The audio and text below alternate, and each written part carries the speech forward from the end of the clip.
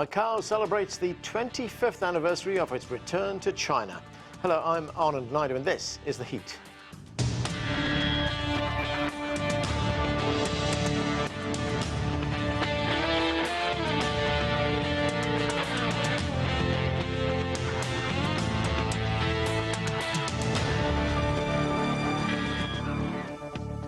December 20th marked 25 years since Macao returned to China.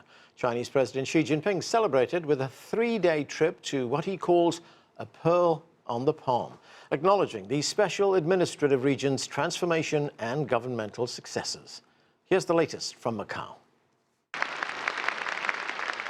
Chinese President Xi Jinping administered the oath of office to Sam Ho-fai, the sixth-term chief executive of the Macau Special Administrative Region. President Xi also administered the oath of office to the principal officials of the new government. After the swearing-in ceremony, President Xi Jinping delivered an important speech. The glorious achievements of Macau since its return to the motherland have demonstrated to the world that one country, two systems possesses significant institutional advantages and robust vitality. It has proved to be an effective system for ensuring the long-term prosperity and stability of Hong Kong and Macau, contributing to the construction of a strong country, the cause of the great rejuvenation of the Chinese nation, and the peaceful coexistence of different social systems. This model fosters win-win cooperation and should be upheld over the long term. The values of peace, inclusiveness, openness, and shared prosperity embodied in one country, two systems are not only integral to China, but also reflect universal principles that deserve to be collectively safeguarded. Sam Ho-fai was elected the sixth-term chief executive designate of the Macau SAR in October. He was president of Macau's Court of Final Appeal before he ran for office. We will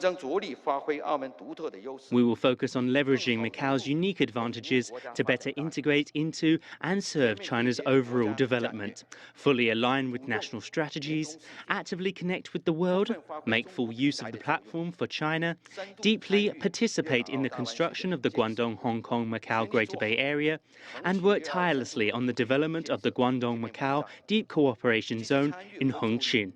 We will also actively participate in and contribute to the high-quality construction of the Belt and Road Initiative.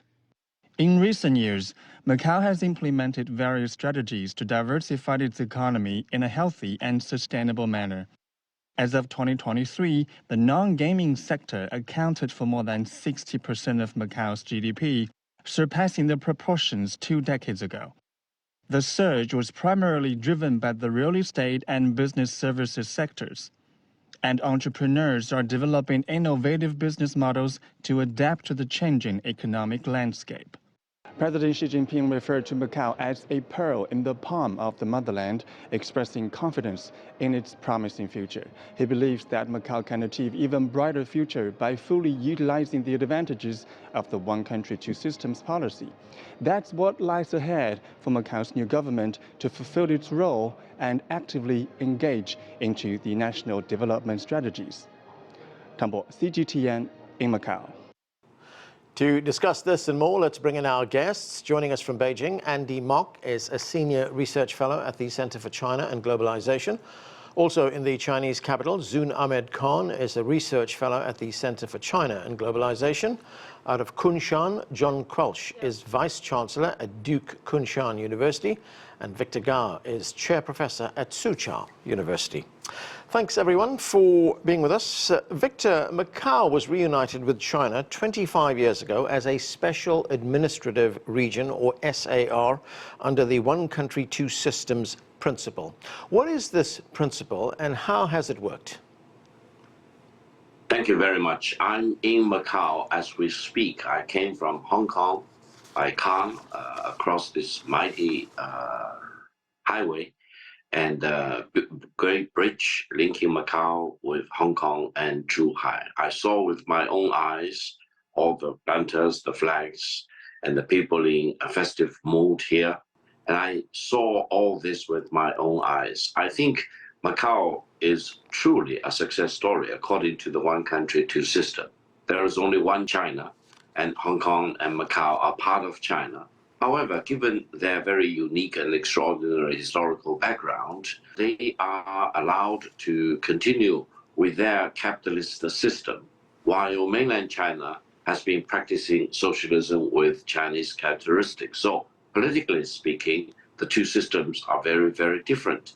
However, they are all parts of China, and the One China principle is very important. But under the One China principle, Hong Kong and Macau are allowed to be as flexible as possible to continue with their political system, but also to enable the people to strive forward, to push forward with their economic stories. By today, Macau has one of the highest per capita income throughout Asia.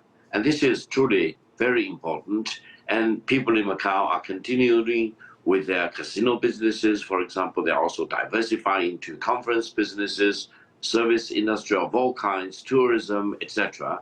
And Macau has never experienced social instability, chaos, for example, as occasionally happening in Hong Kong. Right. Therefore, I think Macau and China have all the reasons to be very proud of all the great achievements and to celebrate the 25th anniversary of the return of Macau to China. Victor, Ho Yat-seng is the outgoing chief executive of the Special Administrative Region. Sam Ho-fei has been inaugurated as the new chief executive, and he will head the 6th government. What can you tell us about this new incoming government? Well, the new chief executive is very special in the sense that he was actually born in China, mainland China. But he has been in Macau for decades and practicing law and eventually rising up to the top position. Now, his own personal success story is also a demonstration of the flexibility and the adaptability of Macau and the relationship, a very special relationship between China, the mainland China of that, and Macau. Now, I would say the new administration will continue with all the success stories of the previous administrations in Macau by further integrating the business relations in Macau with that of China and promoting Macau as a very integral part of the Greater Bay Area strategy, and also promoting the Portuguese language legacy for Macau, because Macau is fast becoming one of the important platforms linking all the other Portuguese-speaking countries and regions together throughout the world.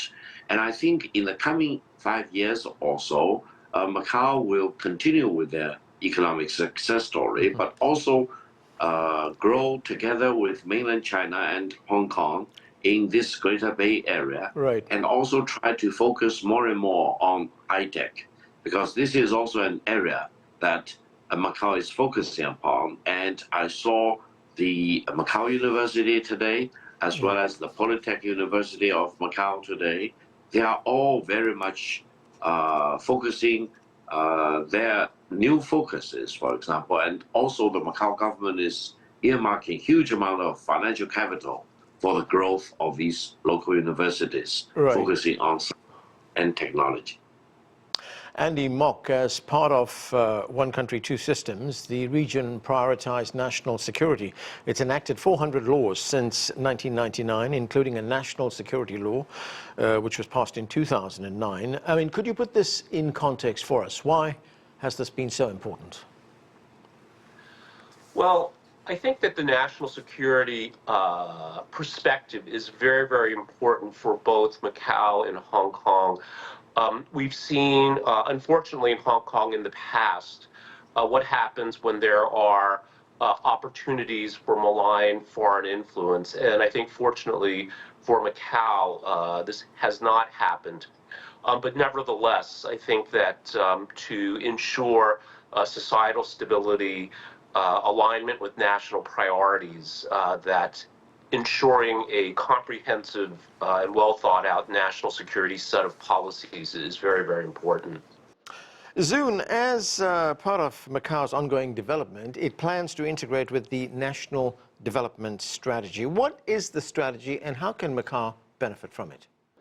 I will first of all agree with both of our previous speakers that this is really a historic moment. And Macau, as an example, obviously throughout history, people who read about the development of the East Asian region for centuries, really Macau has been an important port connecting the East and the West. And post 1999, after the official handover, we have seen a sevenfold increase in the region's GDP, immense growth. And even as we see the new administration coming in, it's important to also recognize that about half of Macau's 700,000 residents are originally from mainland China, and they sought opportunities on this island, and they have really integrated to create a community which has, again, the capacity to connect with mainland, act as a bridge between mainland and the world, and be one of the most successful economic regions.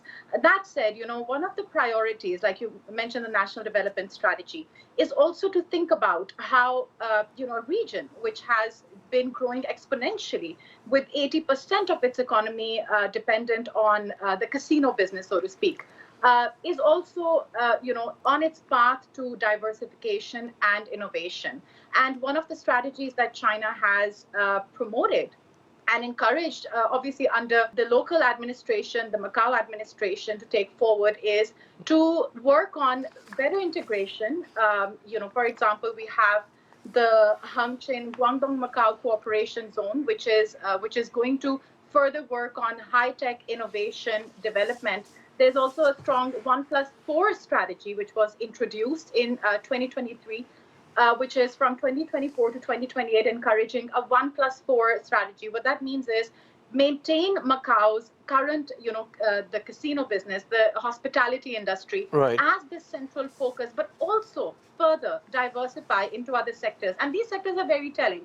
We have health, obviously, which means development of TCM, Macau University, where Victor Gao just visited, is going to be a central part of that kind of innovation. Then, financial services, really making Macau a hub, high tech is being encouraged. And also we are seeing that, as a convention and exhibition center, to be a region, to be a part of that process of further right, promoting China's mainlands and the what we call the Greater Bay Area's achievements, and to be a bridge again between China and the world. So I think this is definitely a good way forward. I'll also mention that President Xi specifically said, encourage the leadership of Macau and the people to be more creative, innovative, and to move forward, in a way to diversify the economy and also attract more talent. So we definitely see positive achievement and a positive outlook coming forward. John Quelch, good to see you, John. Macau, as we've just heard, has seen rapid economic growth. It is known as the world's gambling capital, which pre-pandemic accounted for 60% of its GDP. And in 2023, the non-gaming sector contributed the same amount, with the region's GDP at about $47.5 billion. So, John, Forbes magazine has even ranked it as the second richest place in the world after Luxembourg. What is your assessment of this? What's driving economic growth, and what has kept unemployment under 2% over the last 2 decades? Thanks, Anand, for having me on. So I was actually in Macau last week before President Xi arrived, and I just had a couple of observations that may be useful. One is there's no doubt about the economic vitality of Macau, but as has been pointed out, the dependency on the gaming industry is extremely high, and diversification has to be urgently pursued.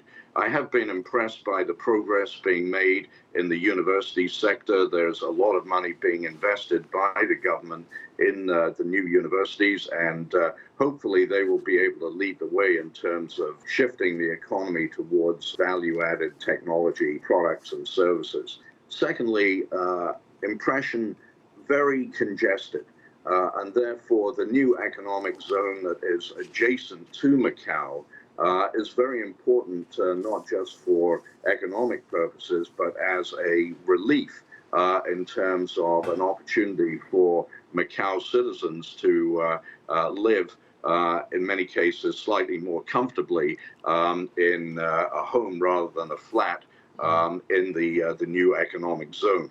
So that I think is an important point for lifestyle as well as the economy. Yeah.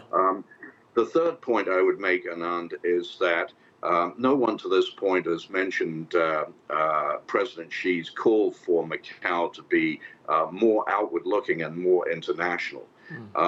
There's no doubt that the success of Macau is a function of Beijing's focus, but also let's not forget the very significant multinational company investments that have been made by Wynn and by Sands and by other companies that are continuing, by the way, to invest in the new economic zone.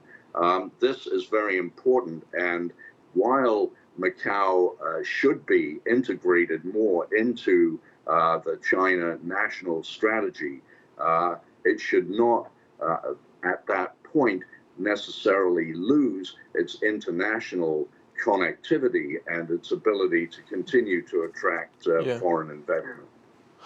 John, you mentioned the value-added technology, and I was wondering how essential is it for young people to be involved in entrepreneurship? And I was looking at some figures here. CGTN, in fact, reported that as of November 2024, Heng Ken has incubated 898 entrepreneurship projects for young people from Hong Kong and Macau, with 815 projects from Macau itself. It also attracted youth with the Macau Heng Ken Youth Entrepreneurship Valley. So how vital is this for young people? Well, from a climate point of view, of course, Macau is a very attractive location. I think particularly in the hospitality sector, that's a relatively low barrier to entry sector, and many young people are attracted to that because obviously they are consumers of hospitality on a daily or weekly basis. So I think what Macau needs to do is focus on technology, but technology that is related to the hospitality and entertainment industry broadly defined, which is a huge industry globally, and which is a global industry and can therefore attract talent from around the world, not necessarily just young Chinese entrepreneurs. Victor Gao, the Chinese Foreign Ministry, said that last year that imports and exports between Macau and the countries that are participating in the Belt and Road Initiative reached close to $4 billion. The region also has trade ties with 120 countries. How do these ties advance trade, especially with China's Belt and Road projects? Well, as we discussed, Macau has its very extraordinary historical background as well as very unique advantages as a trading place between China and the rest of the world, especially focusing on Portuguese-speaking countries like Brazil, for example. And Macau is also very much of a hub in terms of maritime transportation through the South China Sea and the Malacca Strait and the Indian Ocean and beyond. I think we need to really look at Macau as a bridge between China and the rest of the world, as a very important part in the Greater Bay Area, and also, as we discussed just now, as repositioning itself, more and more focusing on science and technology and higher education, for example. And I understand the special administration here in Macau is very much interested in trying to identify a role for it to play in the AI revolution, because it has all the basic ingredients, and they need to really just reconfigure it.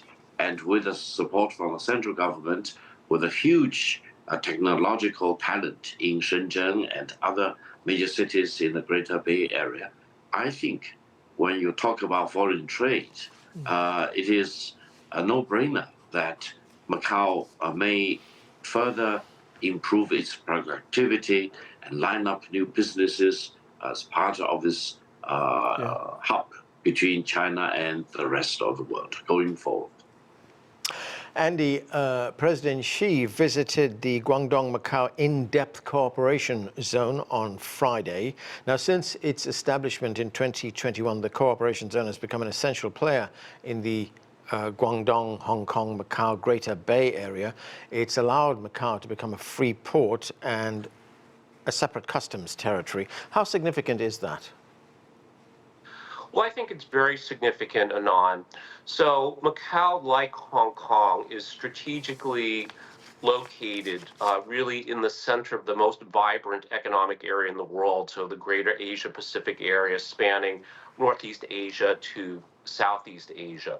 So I think this is one of the advantages of geography that Macau has. And of course, as a central node in the maritime Silk Road, I think it plays a very, very important role. And perhaps most importantly of all, when we look at mainland China, Hong Kong, and Macau, while it's one China, they actually operate three monetary systems. And this is vital for this 1+4 strategy of tourism as the foundation for Macau's development, but including finance, technology, healthcare, as we heard, and MICE, so-called meetings, incentives, conferences, and exhibitions. But what this means with having three monetary systems is that China has a unique, we can call it a sandbox, to test innovative new technologies like central bank digital currencies. So, for example, mBridge, which was launched a few years ago, that includes Hong Kong, mainland China, the UAE, and Thailand, as a groundbreaking platform to facilitate trade, to make settlement faster, less expensive, I think is a very, very vital part of Macau's future, while the Pataka, Macau's currency, is not directly part of this because of its integration into the Greater Bay Area. I think this is a very, very important element of Macau's increasingly globalized future. Yeah.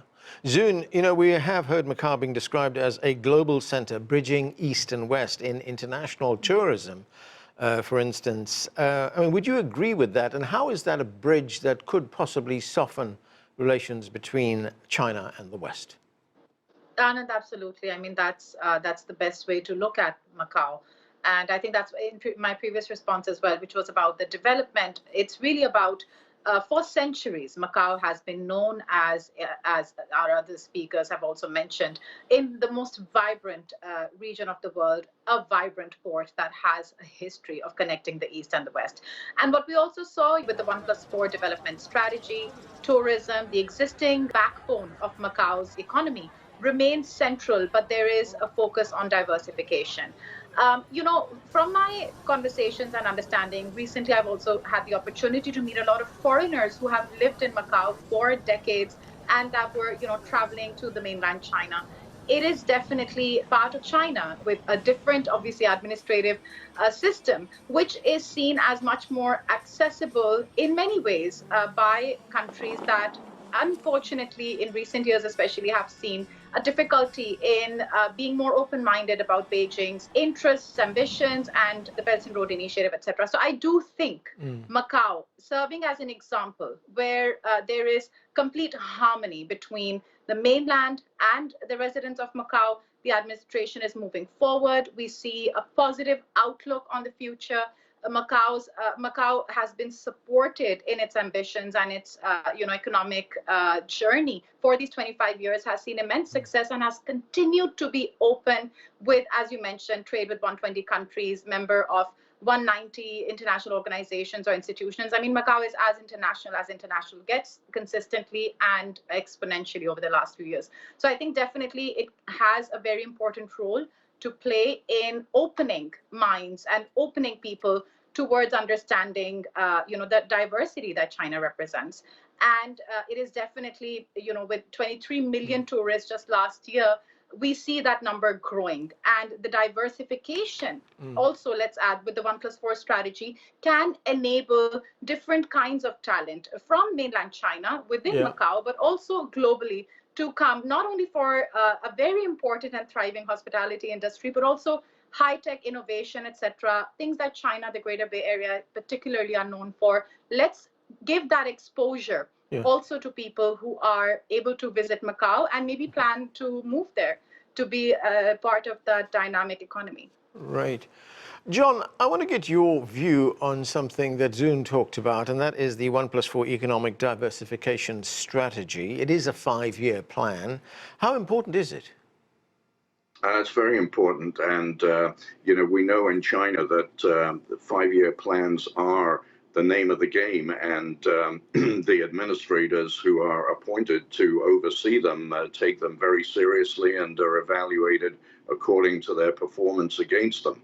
So I think it's a very important initiative, and as has been said, it is part and parcel of the economic diversification plan for Macau, which I do believe should embrace international positioning more than it currently does.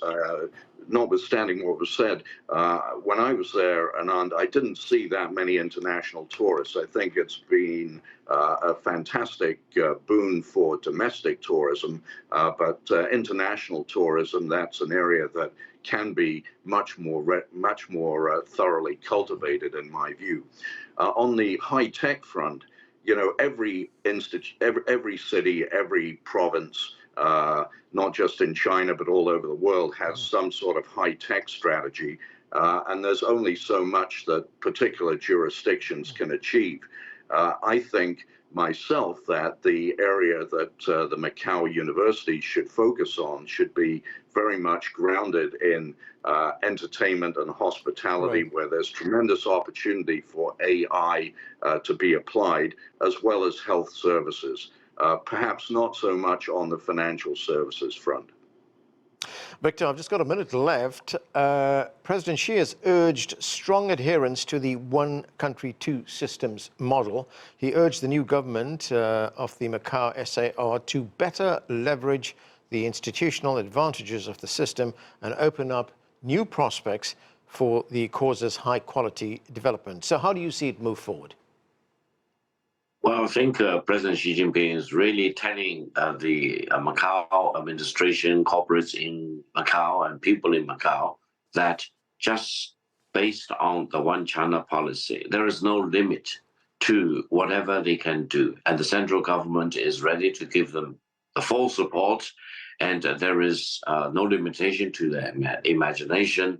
And whatever they want to do under the one country, one China system will be supported by the central government. And I would say people and companies and local governments throughout China are really very eager to work closely with Macau and, on the other hand, with Hong Kong to make sure that this one China, one country, two system principle truly prevail. And I hope Western countries will really agree that this is not only a major policy breakthrough, but it really works for everyone's interest. Okay, and that's where we will leave it. Thanks to all of you for being with us. That's it for this edition of The Heat. I'm Anand Naidu in Washington, D.C.